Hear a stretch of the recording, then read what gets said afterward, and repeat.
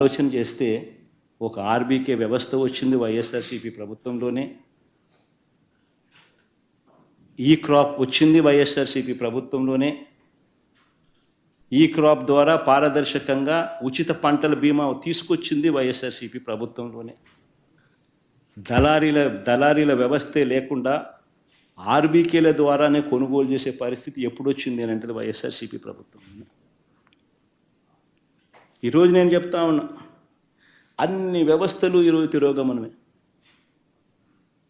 అన్ని వ్యవస్థలు ఈరోజు రైతన్నలు ఈరోజు ధాన్యం కొనుగోలు కార్యక్రమం ప్రతి రైతు కూడా 1720 రూపాయలు బస్తా అయితే ఎంఎస్పి ప్రకారం రావాల్సిన రేట్ అయితే 300 నుంచి 400 రూపాయలు తక్కువ రేటుకు ఈరోజు రైతు అమ్ముకోవాల్సిన